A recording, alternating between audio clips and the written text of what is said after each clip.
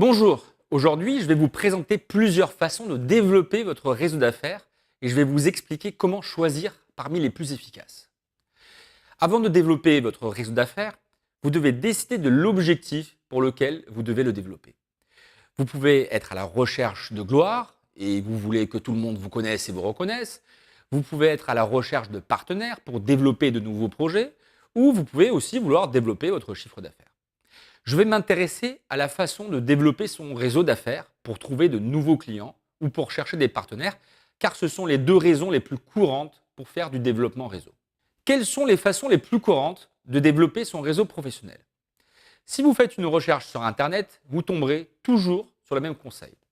Premièrement, faire le point sur votre réseau actuel. 2. Établissez une stratégie de création de réseau sur le long terme. 3. Entretenez vos relations et tissez des liens sans quoi vous n'obtiendrez rien. 4. Sollicitez vos contacts avec parcimonie. 5. Favorisez les rencontres dans la vraie vie. Et 6. Finalement, rendez service pour montrer une image positive. Ok, c'est bien gentil tout ça, mais on n'a qu'une seule vie. Alors, repassons en revue tous ces bons conseils et voyons ce qui va et ce qui ne va pas. Premièrement, faites le point sur votre réseau actuel. Bon, si vous regardez cette vidéo, c'est que vous considérez que vous n'avez pas un réseau fabuleux. Mais cela ne vous empêche pas de regarder dans votre carnet d'adresses qui pourrait vous aider à trouver de nouveaux clients. Oui, je vous rappelle que je m'intéresse au réseautage pour faire plus de business. Pour ceux d'entre vous qui sont à la recherche de gloire, passez votre chemin. Deuxièmement, établissez une stratégie en communiquant sur tout un tas de médias comme LinkedIn, Twitter, Facebook, Instagram, etc. Je préfère vous le dire, ça va vous prendre un temps et une énergie considérable. Donc, dans la théorie, c'est génial. Dans la pratique, c'est terrible. En plus, il faut apprendre à écrire des articles, partager des informations, tout ça en espérant que des gens vous contactent. Troisièmement, entretenez vos relations et tissez des liens sans quoi vous n'en obtiendrez rien. Alors, je veux bien tisser des relations, mais pour développer du business, il vous faut beaucoup de nouveaux contacts. Ça va être un peu compliqué de tisser des liens profonds avec chacun. Quatrièmement, sollicitez vos contacts avec parcimonie. Bon, sur le principe, d'accord. Mais si vous avez des choses intéressantes à raconter, vous pouvez les solliciter quand vous le voulez. On ne va pas s'amuser à compter. 5. Favorisez les rencontres dans la vraie vie. Alors là, c'est vrai que les rencontres réelles permettent plus facilement l'échange. N'êtes-vous jamais allé dans un apéritif dînatoire de réseautage pour vous rendre ensuite compte que vous n'aviez rien en commun avec les autres participants? Du coup, vous êtes quand même resté. Vous avez mangé des petits fours et vous êtes rentré chez vous en vous disant que vous auriez préféré faire quelque chose avec vos enfants au lieu de perdre votre temps. Par contre, je vais vous expliquer tout à l'heure comment gérer les rencontres dans les salons professionnels. Sixièmement, rendez service pour montrer une image positive. Là encore, sur le principe, rendre service permet de créer du relationnel. Mais vu le nombre d'interactions que vous devez créer, vous ne pouvez pas vraiment rendre service, vous n'avez pas le temps. Bon, est-ce que ça veut dire qu'on ne peut rien faire? Pas du tout. Et je vais vous proposer deux façons d'aborder les choses. Une par les réseaux immatériels, l'autre en direct, et je vous expliquerai comment s'y prendre pendant des salons professionnels. Mais avant tout, il faut redéfinir ce qu'on pourrait appeler un réseau professionnel. La définition classique est réseau relationnel composé de l'ensemble des personnes que vous avez rencontrées dans le cadre professionnel. C'est un peu flou comme définition parce qu'on risque d'imaginer que tous les contacts que vous avez sur LinkedIn sont dans votre réseau. Pas du tout. Alors écoutez bien. Les personnes de votre réseau professionnel sont celles qui se rappellent de vous quand vous les appelez et que vous leur rappelez dans quelles conditions vous vous êtes déjà rencontrés. C'est une définition importante car elle implique plusieurs choses.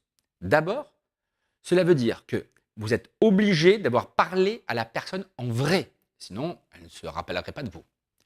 Vous n'êtes pas obligé de rencontrer la personne physiquement, cela peut avoir eu lieu au téléphone.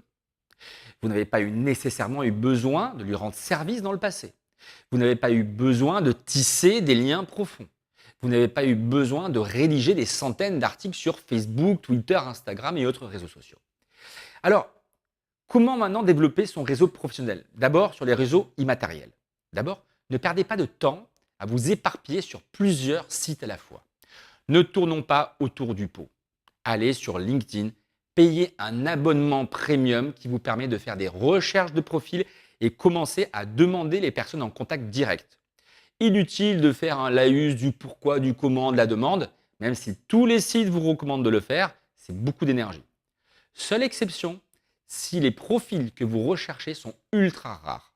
Après une première demande de mise en relation, faites-en une deuxième en rajoutant une motivation dans la demande.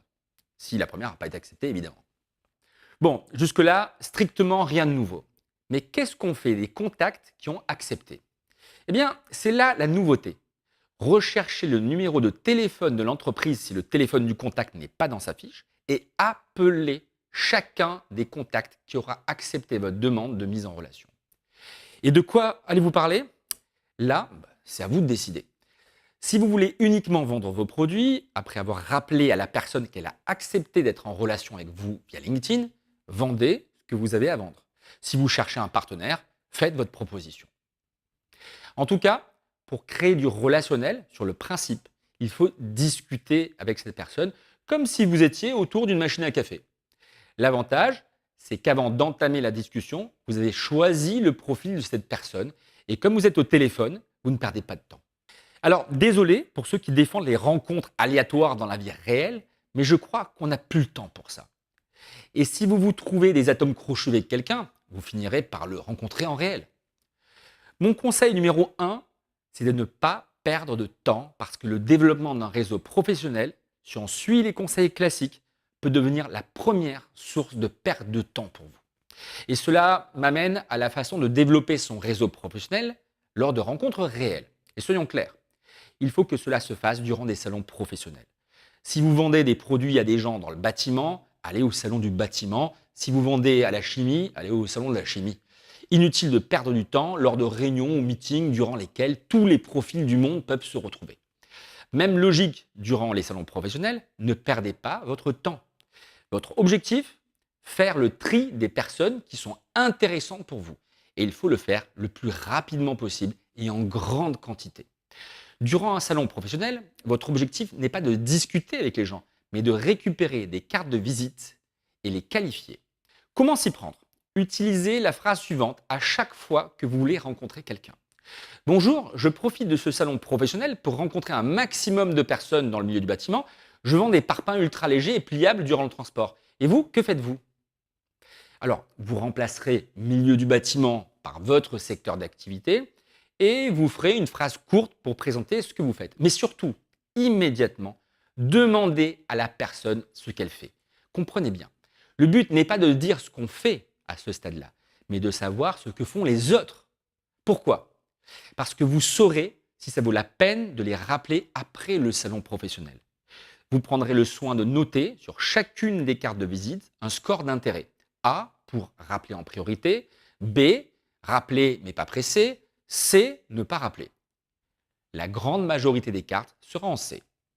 Une fois le salon professionnel terminé, jetez les cartes C et rappelez les cartes A et B. En conclusion, il n'est pas compliqué de développer un réseau professionnel. Ce qui est compliqué, c'est de le faire sans perdre de temps. Profitez des réseaux sociaux et des salons professionnels pour avoir de nouveaux contacts avec le profil qui vous intéresse et appelez-les au téléphone. C'est rapide et efficace. Je vous souhaite bon courage pour le développement de votre réseau d'affaires. N'hésitez pas à contacter via Audit. Comme nous sommes experts comptables, nous connaissons pas mal de monde et nous pouvons vous mettre en relation si ça peut vous rendre service.